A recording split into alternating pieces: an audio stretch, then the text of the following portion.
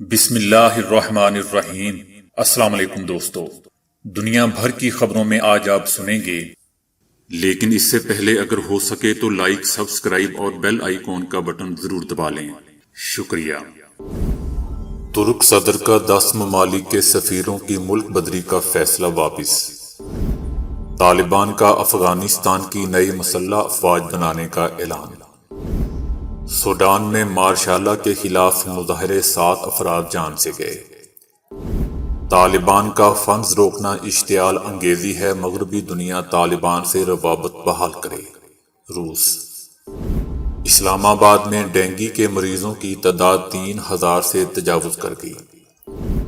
Nigeria میں نماز فجر کے دوران مسجد پر حملہ، 18 شہادتیں۔ سابق افغان آرمی چیف مہاجر کیمپ میں بے بسی کی تصویر بن گئے۔ افغان فاقوں سے مر جائیں گے، صورتحال مزید خراب ہو رہی ہے۔ اقوام متحدہ۔ بھارت میں مسلمان سکول ٹیچر پاکستان کی جیت کا جشن منانے پر نوکری سے فارغ۔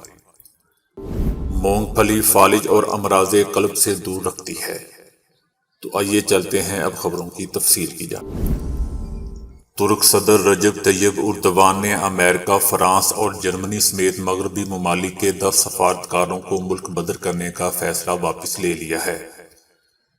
ترک صدر نے بیان میں کہا ہے کہ ملک میں موجود سفیروں نے ایک نیا بیان جاری کیا ہے جس سے ظاہر ہوتا ہے کہ وہ ہمارے ملک کے خلاف بہتان تراشی سے ایک قدم پیچھے ہٹ چکے ہیں۔ ترک صدر کا کہنا تھا کہ امید ہے کہ تمام سفیر آئندہ سے ترکی کے اندرونی معاملات پر گفتگو کرنے سے متعلق احتیاط کریں گے۔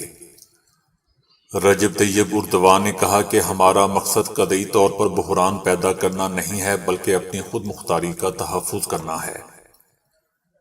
اردوان نے واضح کیا کہ جو شخص ترکی کی آزادی اور ترک قوم کی حساسیت کا احترام نہیں کرتا وہ اس ملک میں نہیں رہ سکتا، چاہے وہ کوئی بھی ہو۔ دوستو، یاد رہے کہ مغربی ممالک کے 10 سفیروں نے اس ہفتے کے آغاز پر پیر کو ایک مشترکہ بیان جاری کیا تھا جس میں پیرس میں پیدا ہونے والے سماجی کارکن عثمان کاولا کی مسلسل حراست پر تنقید کی گئی تھی۔ بیان پر رجب طیب اردوان کا کہنا تھا کہ میں نے اپنے وزیر خارجہ کو حکم دیا ہے کہ ان 10 سفیروں کو جتنی جلدی ممکن ہو ناپسندیدہ شخصیت قرار دیا جائے اور ملک بدر کیا جائے۔ یاد رہے دوستو کہ 64 سالہ عثمان کاولا 2017 سے جیل میں سزا کاٹ رہے ہیں۔ انہیں 2013 میں حکومت مخالف مظاہروں اور 2016 میں ناکام فوجی بغاوت سے تعلق کے الزامات میں سزا سنائی گئی۔ طالبان نے افغانستان کی نئی مسلح افواج بنانے کا اعلان کیا ہے جس میں سابق حکومت کے دور میں کام کرنے والے فوجیوں کو بھی شامل کیا جائے گا۔ سابق صدر اشرف غنی کے ملک چھوڑ جانے کے بعد مغرب کی حمایت یافتہ حکومت اور آرمی بھی ختم ہو گئی۔ طالبان کے بانی ملا عمر کے بیٹے اور افغانستان کے وزیر دفاع ملا محمد یعقوب نے اتوار کو ایک آڈیو پیغام کے ذریعے نئی مسلح افواج بنانے کا اعلان کیا۔ انہوں نے کہا کہ وزارت دفاع ایک آزاد اور قومی سطح کی فوج بنانا چاہتی ہے جس کے پاس زمینی اور فضائی سطح پر ملک کا دفاع کرنے کی صلاحیت ہو۔ انہوں نے کہا کہ آرمی کو جدید ہتھیاروں سے لیس کرنے کی کوشش کی جائے گی۔ اسلامی امارت ایک با اختیار فوج بنائے گی اور افغانوں کی حفاظت کی ذمہ دار ہوگی اور اس کے پاس افغانستان کے امن کا دفاع کرنے کی بھی صلاحیت ہوگی۔ ان کا کہنا تھا کہ نئی آرمی طالبان جنگجوؤں اور سابق حکومت کے اہلکاروں پر مشتمل ہوگی۔ ہم ان دونوں فورسز کے ساتھ ایک طاقتور فوج بنائیں گے۔ دوستو، نئی فوج بنانے کے لیے پیسے اور افرادی قوت کی ضرورت ہوتی ہے۔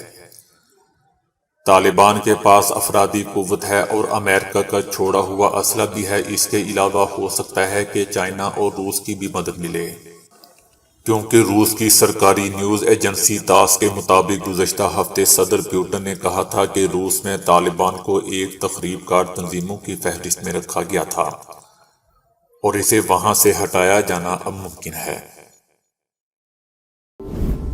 سوڈان میں مارشاللہ کے خلاف مظاہروں میں 7 افراد مارے گئے اور 140 زخمی ہو گئے۔ اقتدار سنبھالنے والے رہنما جنرل عبدالفتاح البرہان نے ملٹری سویلین خود مختار کونسل کو تحلیل کر دیا تھا، جو 2 سال پہلے ایک عوامی بغاوت میں طویل عرصے سے حکمران عمر البشیر کی معزولی کے بعد ملک کو جمہوریت کی طرف رہنمائی کے لیے قائم کی گئی تھی۔ برہان نے ہنگامی حالت کا اعلان کرتے ہوئے کہا کہ مسلح افواج کو حفاظت اور سلامتی کے تحفظ کی ضرورت ہے۔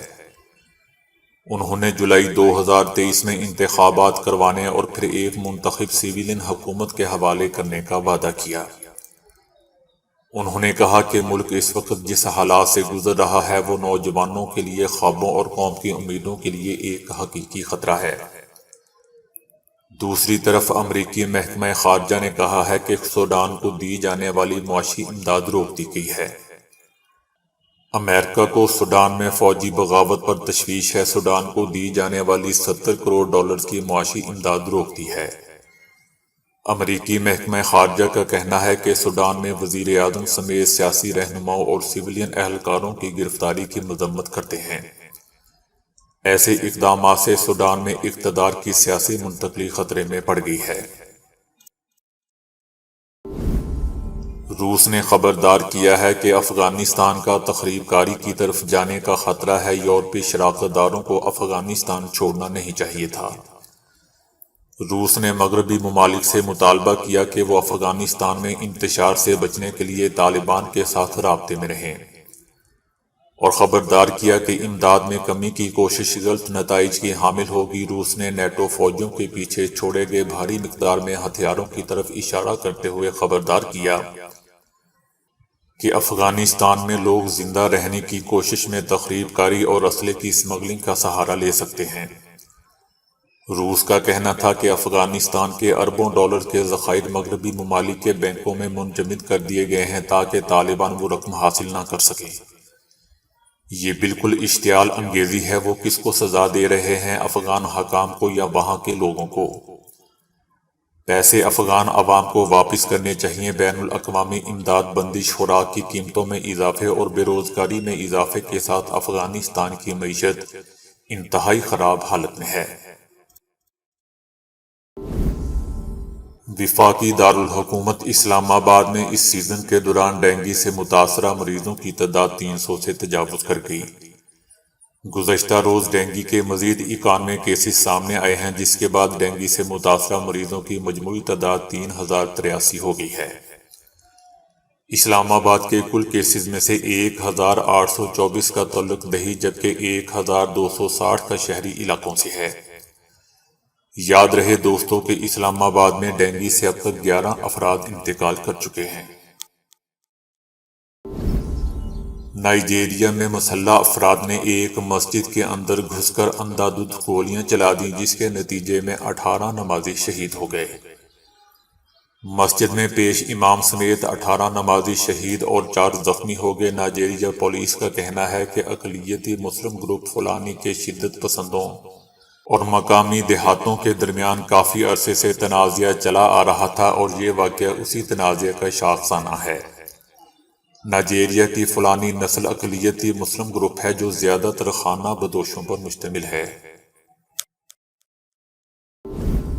امریکی ریاست ورجینیا کے ایک مہاجر کیمپ میں فٹ پاتھ پر بیٹھے سابق افغان آرمی چیف ہیبت اللہ علی زئی کی تصویر سوشل میڈیا پر وائرل ہوئی ہے، جو سوچ بچار میں گم عام لوگوں کی طرح فٹ پاتھ پر بے بسی کی تصویر بنے بیٹھے ہیں۔ تصویر پر افغان عوام کی جانب سے طرح طرح کے تبصرے کیے جا رہے ہیں، تاہم افغان سوشل میڈیا صارفین کی اکثریت اسے امریکہ کی سنگ دلی قرار دے رہی ہے، اور سوال اٹھایا جا رہا ہے کہ ایک سابق آرمی چیف کے ساتھ بھی عام لوگ جیسا رویہ کیوں روا رکھا جا رہا ہے۔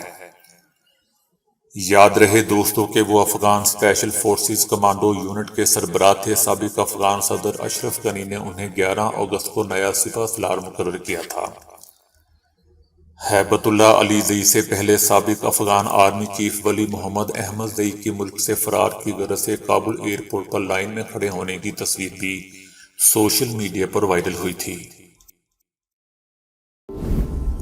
اقوام متحدہ نے کہا ہے کہ اگر افغانستان کو تباہی کے دہانے سے نکالنے کے لیے فوری اقدامات نہ کیے گئے تو بچوں سمیت لاکھوں افغان شہری بھوک سے مر سکتے ہیں۔ اقوام متحدہ کے خوراک کے ادارے نے افغانستان کو انسانی بحران سے نکالنے کے لیے منجمد فنڈ کو بحال کرنے کا مطالبہ بھی کیا۔ ان کے مطابق بچے مر جائیں گے، لوگ فاقوں سے مر جائیں گے، صورتحال مزید خراب ہونے جا رہی ہے۔ اگست میں افغانستان بحران میں چلا گیا تھا اور غیر ملکی امداد کا سلسلہ بھی بند ہو گیا تھا۔ ہم جس چیز کی پیش گوئی کر رہے تھے وہ ہماری توقع سے کہیں زیادہ تیزی سے سچ ثابت ہو رہی ہے۔ معیشت سوچ سے زیادہ تیزی سے گر رہی ہے۔ آپ کو فنڈ کو بحال کرنا پڑے گا تاکہ لوگ زندہ رہ سکیں۔ اقوام متحدہ کے مطابق 23 ملین افغانوں کو جزوی طور پر کھلانے کے لیے تقریباً $220 ملین کی ہر مہینے ضرورت ہے۔ بہت سارے افغان شہری خوراک کے حصول کے لیے اپنا قیمتی سامان فروخت کر رہے ہیں۔ دوستو، افغانستان کو تباہی سے روکنے کے لیے امدادی ادارے بین الاقوامی برادری پر افغانستان کے نئے حکمرانوں کے ساتھ رابطوں پر زور دے رہے ہیں۔ ہمیں نہیں لگتا کہ عالمی رہنماؤں کو احساس ہے کہ کیا پیش آنے والا ہے۔ اگست ہی میں عالمی بینک نے افغانستان کی امداد روک دی تھی۔ راجستھان، بھارت میں مسلمان خاتون اسکول ٹیچر کو پاکستان کی جیت پر خوشی منانے پر نوکری سے فارغ کر دیا گیا۔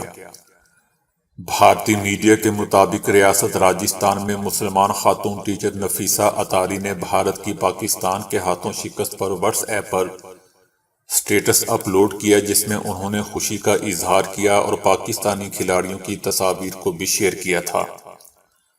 خاتون ٹیچر کا سٹیٹس دیکھنے کے بعد ایک طالب علم کے والدین نے ٹیچر سے پوچھا کہ آپ پاکستان کو سپورٹ کرتی ہیں یا بھارت کو، جس پر ٹیچر نے کہا کہ پاکستان کو۔ خاتون کے جواب کے بعد طالب علم کے والدین نے ان کے سٹیٹس کا اسکرین شاٹ اسکول انتظامیہ کو بھیجا، جس پر خاتون ٹیچر کو نوکری سے نکال دیا گیا۔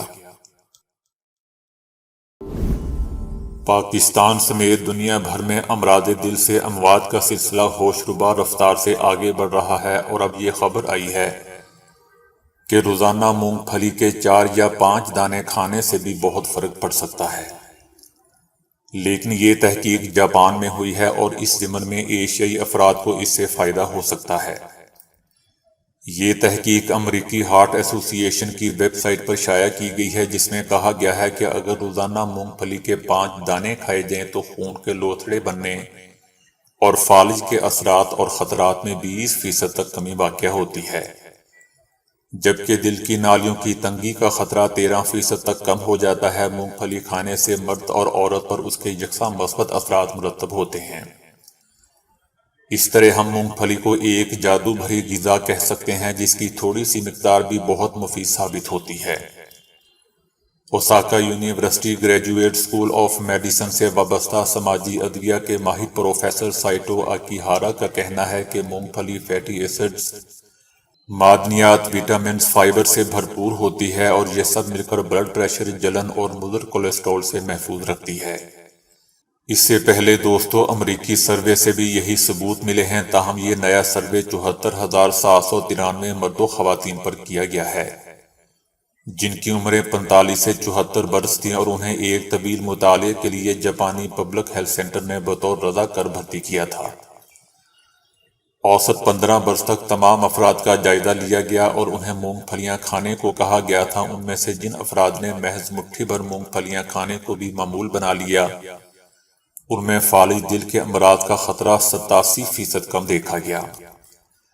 یاد رہے دوستو کہ امریکن ہارٹ ایسوسی ایشن پہلے ہی کہہ چکی ہے کہ 40 سال سے زائد عمر کے ہر فرد کے لیے ضروری ہے کہ وہ روزانہ مونگ پھلی کھائیں۔ اس سے نہ صرف کولیسٹرول اور بلڈ پریشر سے محفوظ رہیں گے بلکہ خود جان لیوا فالج اور امراض دل سے بھی دور رہیں گے۔ تو دوستو ابھی کے لیے اتنا ہی۔ ویڈیو کو لائک اور شیئر کرنے کا بہت بہت شکریہ۔